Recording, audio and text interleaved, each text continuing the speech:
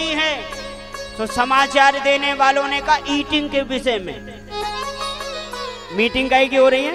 Eating के विषय में। ईटिंग के विषय में?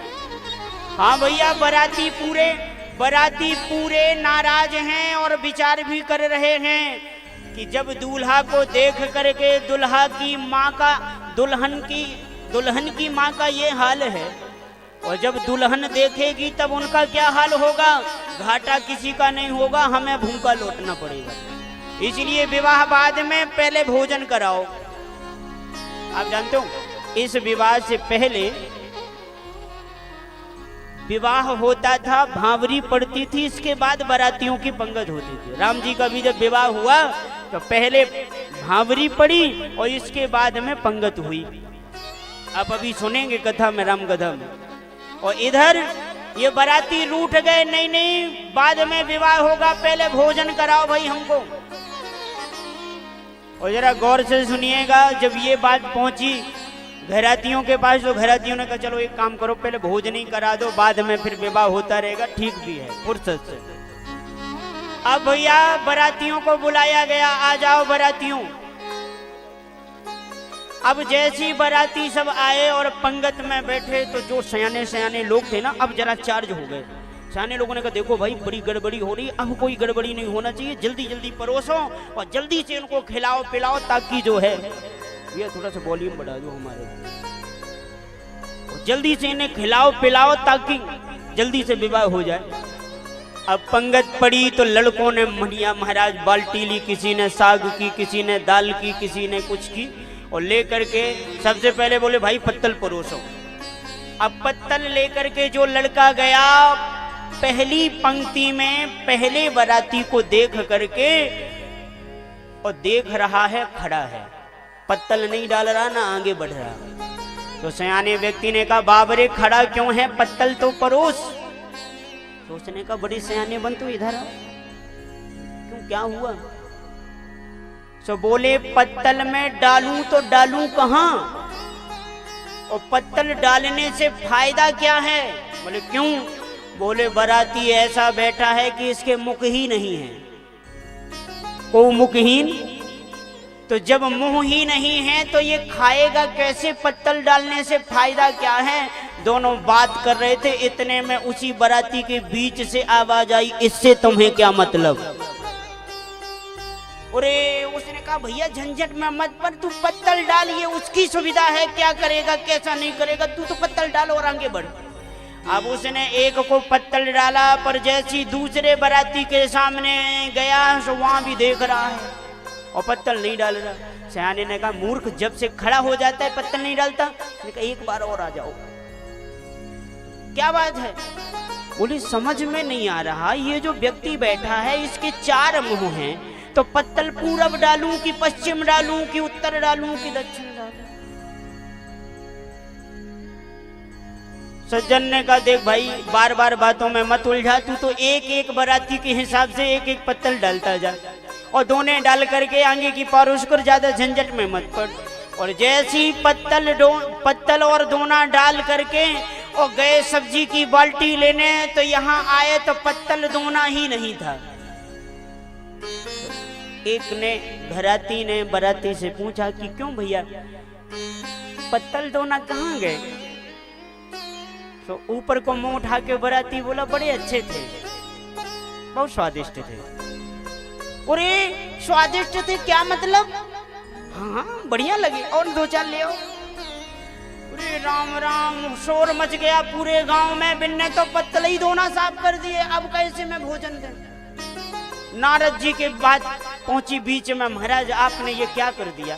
अरे दूल्हा दुल्हन का क्या होगा क्या नहीं होगा, हम मरे जा रहे हैं परोस परोस के। बताओ पत्तल ही दोना साफ हो गई, अब पत्तल दोना कहां से लाएं? तो नारद जी ने कहा सुनो, पत्तल दोना के चक्कर में मत पड़ो, जितना बनाया है सब कुछ लाए के बीच में रख दो, और बाहर से दरवाजा बंद कर दो, सांकर लगा दो, और तुम लोग अपना अपना काम करो। और आप यदि जानना चाहो कि ये बफर सिस्टम कहां से चला, तो सुन लो कथा में, यहीं से चला। मजबूरी थी, इन लोगों से खाना आता नहीं था क्योंकि बाराती भूत प्रेत पिशाच थे, तो खाना जिनसे नहीं आता था उनके लिए नारद जी ने बफर सिस्टम चलवाया। रख दो सबका सब कुछ और ये लोग अपनी सुविधा से अपना निकालते खाते रहेंगे। और भूत प्रेत ऐसे महाराज कि महाराज दाल की बाल्टी में, दाल के बड़े टप में वो नाक दबाए के, कान दबाए के, कूद के बोले हर हर महादेव। ओ महाराज रायता में तो महाराज तैराकी की प्रतियोगिता होने लगी और चावल को उठाए उठाए के अपने ऊपर डालते कहते हर हर महादेव, अभिषेक होने लगा। और दरवाजा खोल के नहीं महाराज, कोई टांट से ऊपर जा रहा है, कोई दीवार फोड़ के बाहर आ रहा है।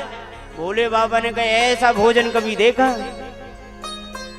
और तभी से ये बफर सिस्टम का निर्माण हुआ। अच्छा, बफर सिस्टम को संत लोग जानते क्या कहते हैं? बता दें, खाते तो सभी हैं। बफर सिस्टम को संत लोग कहते हैं गिद्ध भोजन। क्या कहते हैं? गिद्ध भोजन। पहले गिद्ध होते थे जब ये बफर सिस्टम नहीं होता था, तो गिद्ध लोग बफर सिस्टम करते थे।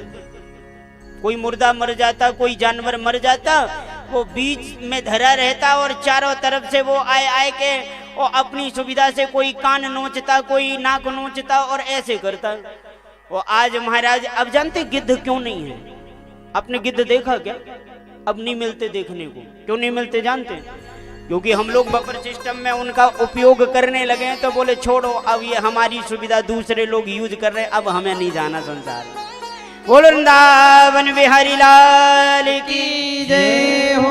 और भैया भांति अनेक भई जीवनारा, गोस्वामी तुलसीदास जी महाराज कहते हैं, और अनेक प्रकार से जीवनार हुई। और इधर महाराज बड़े आनंद से गारी गाय रही हैं माताएं, और सब लोग बड़े आनंद में भर करके आनंद कर रहे हैं। और बड़े सुंदर सुंदर तरीके से भगवान का गिरिजा के संग में विवाह हुआ। बस एक कथा और सुन लो विवाह की।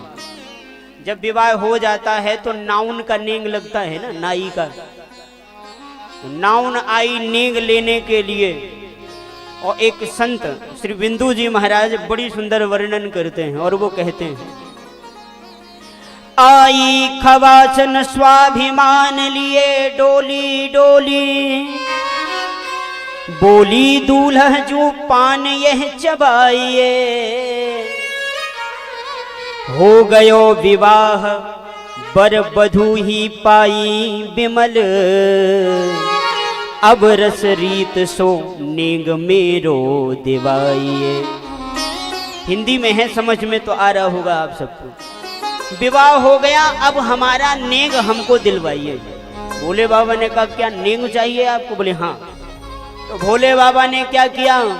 झोरी से निकालो एक कारो सत्कारो नाग, झोली से निकालो एक कारो सत्कारो नाग, ऐसो फुसकारो भगी बाप रे बचाइए। और मंडप के नीचे बराती सब लगे हसन, बोले भागो मत देवी जू नेग लिए जाइए। भगी नाउन महाराज और सब लोग बड़े आनंद से भरे हुए हैं। और इधर जब विदाई का समय आया, तो जैसी विदाई का समय आया तो मैया मैना ने अपनी बेटी पार्वती जी को अपनी गोद में बिठाया, और गोद में बिठा करके अनेक प्रकार से समझाने लगी। बड़ा प्यारा उपदेश है ये, आप श्रवण करिए। ओ सुंदर उपदेश दे रही हैं मैया और समझा रही हैं, कह रही हैं बेटी, जननी उमा बोल तबलीनी, ले उछंग सुंदर सिख दीनी, सिख दीनी।